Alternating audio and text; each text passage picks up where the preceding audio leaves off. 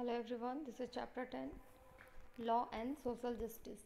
Do you recall the story or shirt from your class 7 book? We saw there that a chain of market links the producer of cotton to the buyer of shirt in the supermarket. Buying and selling was taking place at every step in the chain. Many of the people directly or indirectly involved in the production of the shirt. The small farmer producing cotton, the weavers of the road, or the workers in the garment exporting factory faced exploitations are an unfair situation in the market. Market everywhere tend to be exploitative of people, whether as worker, consumer, or producer. To protect people from such exploitations, the government makes certain laws. These laws try to ensure that the unfair practices are kept at a minimum in the market. Let us take a common market situation where the law is very important. This is the issue of worker wages. Private companies, contractors, business persons normally want to make as much profit as they can. In the drive for profit, they might deny workers their rights and not to pay them wages. For example, in the eyes of the law, it is illegal or wrong to deny workers their wages. Similarly, to ensure that workers are not underpaid, are paid fairly, there is a law on minimum wages. A worker has to be paid not less than the minimum wage by the employer. The minimum wages are revised upwards every few years. As with the law on minimum wages, which is meant to protect workers, there are also laws that protect the interests of producer and consumer in the market. These help ensure that the relation between these three parties, the worker, consumer, and the producer, are governed in a manner that is not exploitative. Workers in textile mill in Ahmedabad faced with greater competition from power looms. A majority of textile mills closed down during 1980s and 1990s. Power looms are small units with 4 to 6 hours. The owner operates them with hired and family labor. Well known that conditions of work in the power looms are far from satisfactory. Table 1 provides some important laws relating protection of these various interests. Column 2, 3 table state why and for whom the laws necessary. Based on discussion in the classroom, you have to complete the remain entries in table. Law, why it is necessary, whose interest does the law protect.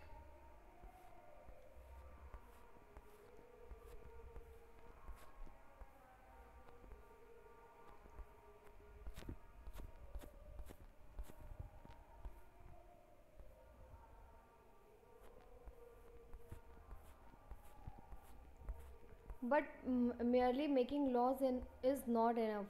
The government has to ensure that these laws are implemented. This means that the laws must be enforced.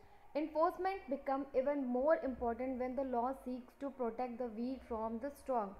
For instance, to ensure that every worker gets fair wages, the government has to regularly inspect work site and punish those who violate the law.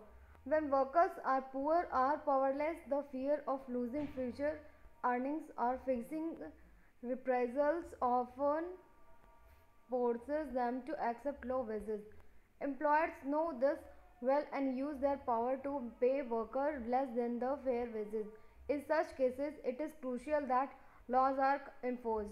Through making, enforcing, and upholding these laws, the government can control the activities of individual or private companies so as to ensure social justice. Many of these laws have their basis in the fundamental rights guaranteed by the Indian Constitution. For instance, the right against exploitation says that no one can be forced to work for low wages or under bondage. Similarly, the Constitution lays down no child below the age 14 shall be employed to work in the factory or mines or engaged in any other hazardous employment. How are these laws played out in practice? To what extent do they address the concern of social justice? There are some of the questions that this chapter will now go on to explore. Look at the picture. According to census, as per 4 million children in India aged between 5 to 14 work in various occupations, including hazardous ones. In 2016, Parliament amended the Child Labour Prohibition Regulation Act 1986, banning the employment of children below the age of 14 years in all occupations and adolescents 14 to 18 years in hazardous occupation and process. It may be employing these children or adolescents uh, cognizable offense. Anyone found violating the ban must be penalized with a punishment ranging from jail term to 6 months to 2 years, fine 20,000 to 50,000. The central government had asked state government to develop plans to rescue and rehabilitate children who are working. An online portal no platform for effective enforcement for no child labor pencil has become functional in 2017. It is meant for filling our complaint, child tracking implementations, and monitoring of National Child Labour Project (NCLP). Bhopal gas tragedy. The world's worst industrial tragedy took place in Bhopal 20 years ago. Union Carbide, uh, an American company, had a factory in the city in which produced pesticides. At midnight on 2nd December 1984, methyl isocyanate, a highly poisonous gas, started leaking from the UC plant. Look at the picture.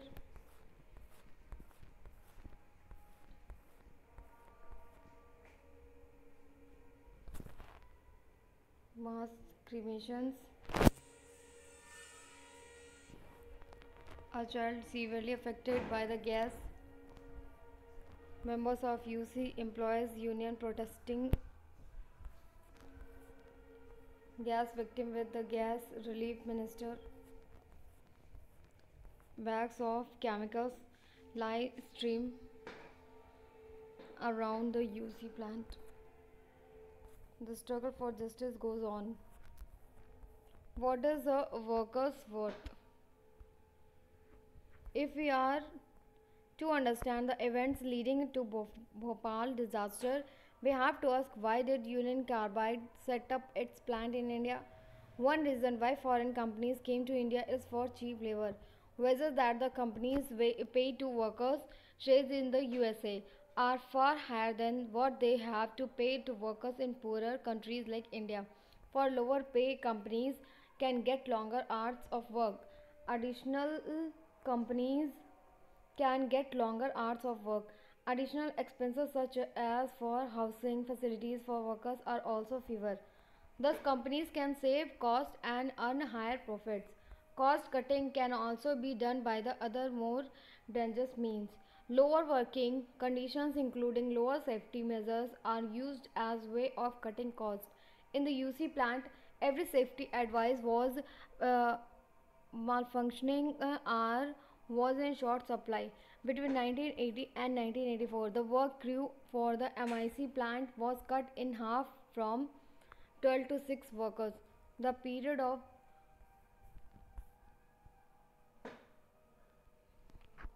safety training for workers were brought down from 6 months to 15 days. The post of night shift worker for the MIC plant was abolished. Read the following comparison between UC safety system in Bhopal and its other plant in the US. At West Virginia, USA, computerized warning and monitoring system were in place. whereas the UC plant in Bhopal released on mineral gases and the human sense to detect gas leaks. At the West Virginia plant, emergency evacuations plans were in place, but non-existent in Bhopal. Why are these such sharp differences in safety standard across countries? And even after the disaster happened, why was the compensations to the victims so low? One part of the answer lies in what is perceived as the worth of an Indian worker. One worker can easily replace another.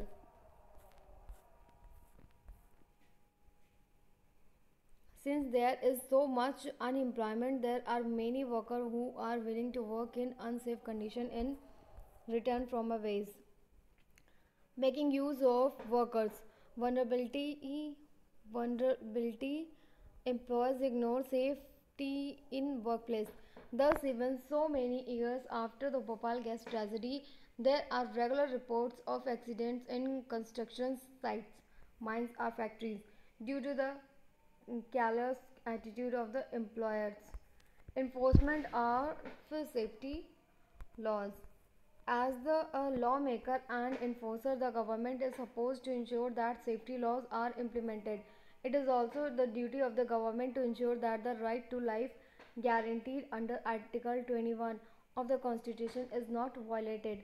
What was the government doing when there were such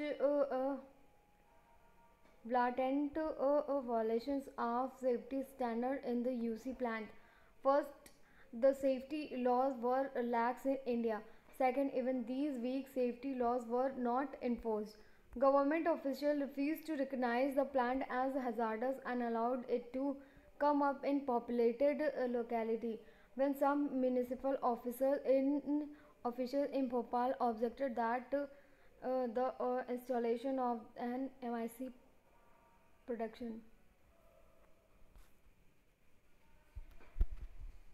unit in 1978 was a safety violation. The position of the government was the state needs and continued investment of the Bhopal plant, which provides jobs. It was unthinkable, according to them, to ask UC to shift to cleaner technology or safer procedures.